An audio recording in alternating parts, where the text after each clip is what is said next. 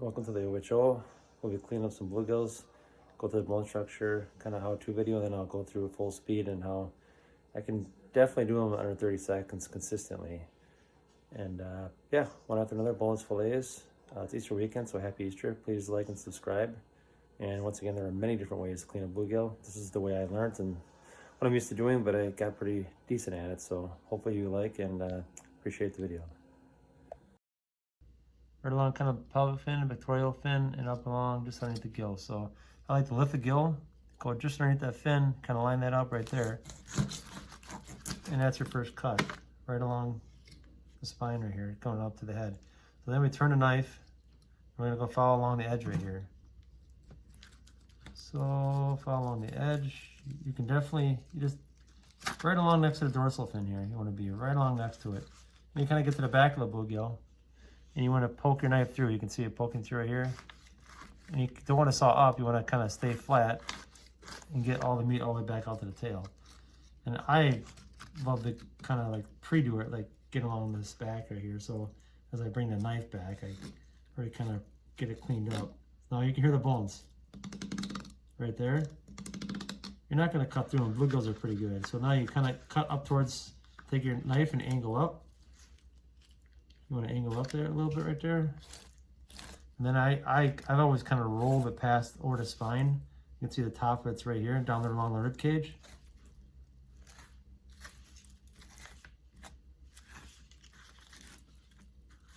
And then I usually cut right there. And I get a really nice fillet out of that. Now we'll do the other side. So right there like that again. Right along the spine. I don't know if you can see that enough. I hope you can. Right along the spine. So I hope you can see that right along the spine right here. Again, right along the back of the dorsal fin. So cut through here on this side, right along this dorsal fin here. Poking through once again. Towards the tail side. And you come up, you feel that hit the spine again. Go up to the skin and back down.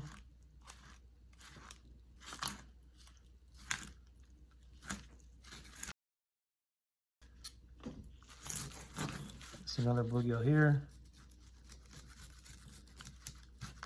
A little bit faster this time.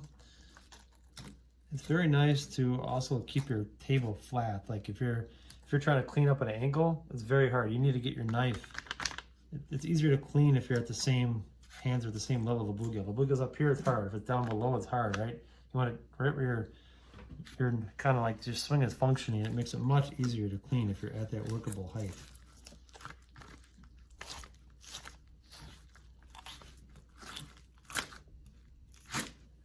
Again, another nice clean fillet right there.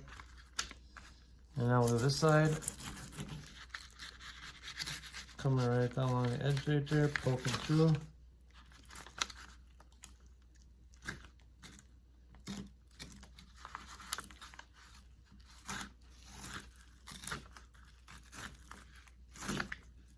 There you go. Nice. You can see it's like you can basically see through the bluegill. Get all the meat off of there. We'll do a couple more. Keep the speed going here. Along there again. Going along the spine, the dorsal fin, poking a knife through right there. Can't actually see that. Going right back there, and then again, you can feel that knife going along the spine right here. You hit the bone, go up, back down, along the rib cage. Yep, there we go. Another nice boneless fillet. You can see the bluegill looks like there's no meat left on it. I got 2 more left to do here, and then we're gonna go ahead and I'll go a little faster this time.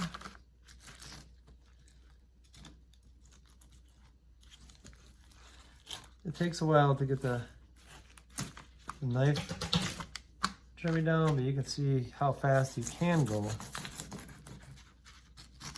Also, it helps to have a sharp knife. If you sharpen your knife up all the time, you're definitely helpful to have a sharp knife. So yeah, there we go. There's another bluegill cleaned up. Then there's fillet. Looks beautiful. Okay, the art of filleting a bluegill. It's nice when you're taking the meat off the hide now. It's nice to get a bowl of water. I like to put the fish in the water after I get the meat off the skin, and then I will rinse them off and verify there's no bones. But here we go.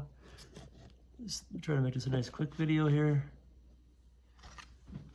So now, once again, you want to try to get your knife blade flat. That's why I like these.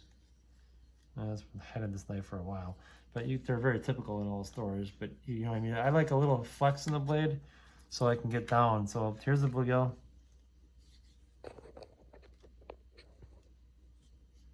So I like to hold the back a little bit right there. And you go like that. Get kind of, so you can see the flex in the blade. I'm kind of trying to get my blade flattened out with the fillet. So you can tell if you did a good job because you look at the skin and you'll see there's no meat on there. Now I'll do another fillet intentionally bad and you'll be able to see the difference. And I try to go bad with the fillet and I don't get the blade flat. Maybe I'm flat on that, like you gotta have a slight angle but going down. So now I'm just kind of filleting it in general, right? So it's like, oh, I got some meat off of there. But if you look at the fillet, there's still a whole bunch of meat on there. I could literally go again probably and get more meat off of it by keeping my knife angled a little bit. And now you'll see the difference. So literally I got more meat off of it. And now you can see the fillet is like right to the skin. There's no meat left on it. So we'll do a couple more like those. So again, you want to kind of get the blade flat, a slight angle as you're going.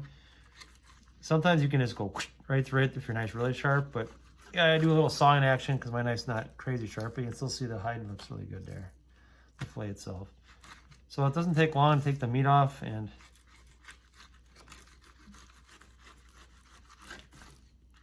I go like that. A couple more left to do.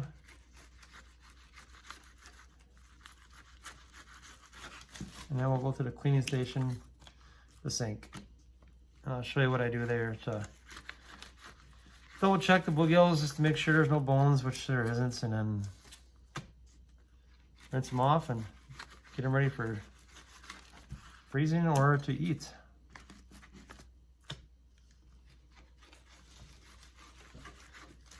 As you can see, that's a very nice fillet, nice chunk of meat, nothing left on it.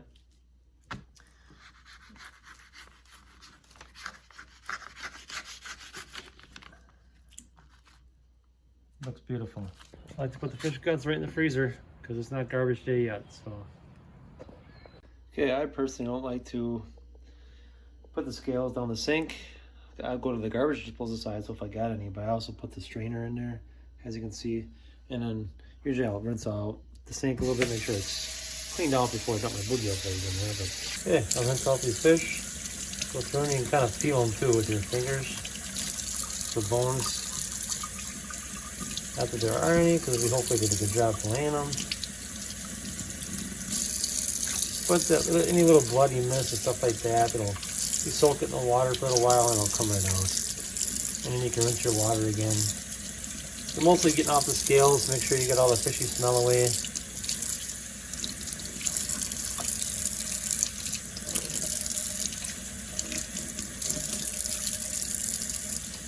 Caught these fish today. A little while ago before I got rid of the video. I'm doing a quick little video on that too, but yeah, now you kind of really don't have much in there, but even then I like to take paper towel and I throw in the garbage basically, but I'm gonna smack it on this paper towel here. So I'd rather not have the scales down my sink if I can avoid it.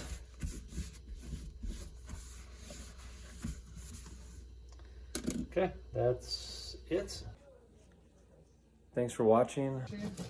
I got one right here. I got a cocktail.